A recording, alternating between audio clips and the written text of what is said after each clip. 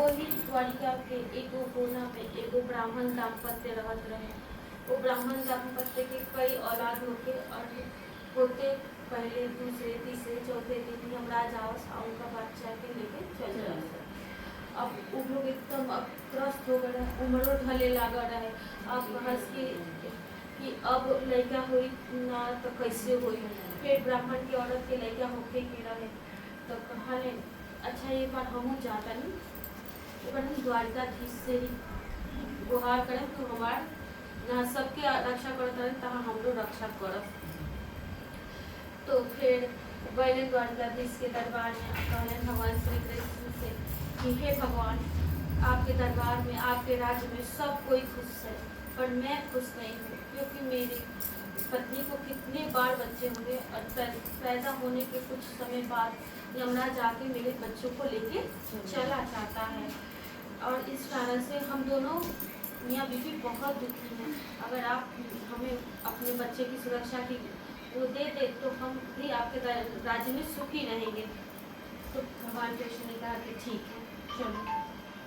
भगवान कृष्ण गए और पैदा होने के दिन से लेके और छठी तक वो वहाँ पर बैठे रहे, क्योंकि उन्हीं दिनों में यमराज आता था और उनके बच्चों को लेके चला जाता था।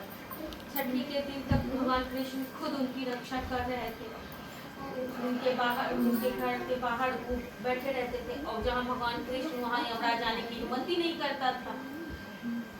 तो जब छठी बीत गई, ये हुआ कि अब तो कुछ नहीं होगा। भगवान कृष्ण कहे कि अब हम जा रहे हैं भाई, हम आप ही को थोड़ा देख सकते हैं, हमारे पास तो पूरे राज्य की जिम्मेदारी है। पंडित पैर पकड़ के रोने लगा कि अगर आपके चाहते फिर यमराज आ गया तब हम क्या करेंगे। तो भगवान कृष्ण कहे ये भी बात सही है। उन्होंने क्या किया कि अपने गले से वैजयंती की माला होती थी उसे निकाल के उस ब्राह्मण को दे दिया और कहा कि ये तुम्हारा जितना घर का क्षेत्र है, अगर यमराज इसमें प्रवेश करेगा ना तो उसकी छाया तुमको दिखेगी, ठीक है। और जहाँ उसकी छाया दिखेगी ना बस तुम उसमें ये वैजयंती माला डाल देना, वो फिर उससे आगे बढ़ ही नहीं पाएगा। कि ठीक है प्रभु, जैसे आपकी इच्छा, अब आप ही के भरोसे है। भगवान कृष्ण वहाँ से चले गए। उनके जाते ही यमराज आ गया। जब देखा कि कोई है नहीं तो वो लोग आ गया। जैसे ही उसके घर के सीमा में यमराज प्रवेश किया, उसकी परछाई दिखने लगी हर जगह।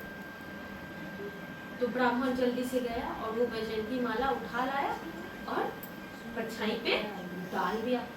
अब तो यमराज वहाँ से ना हिल पा रहा है, ना डुल पा रहा है, जैसे लग रहा है कि अब यमराज के ही प्राण सांसत में पड़ गया।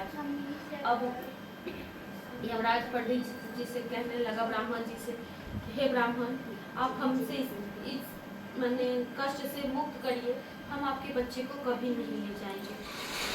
वो एक दीर्घायु जिएगा, ठीक है, और वो मतलब दुनिया में बहुत नाम कमाएगा। तो उन्होंने कहा कि कैसे माने, तो आप हमें आज़ाद कीजिए, हम आपको वचन देते हैं।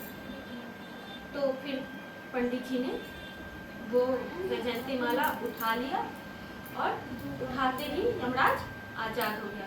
फिर ब्राह्मण वो यमराज अब कहा पंडित जी से कि यही वैजयंती माला इन्हें पहना दीजिए, जब ये आजीवन माने जीवित माने अमर रहेंगे और यही जीविया के नाम से उनको अमर कर दिया।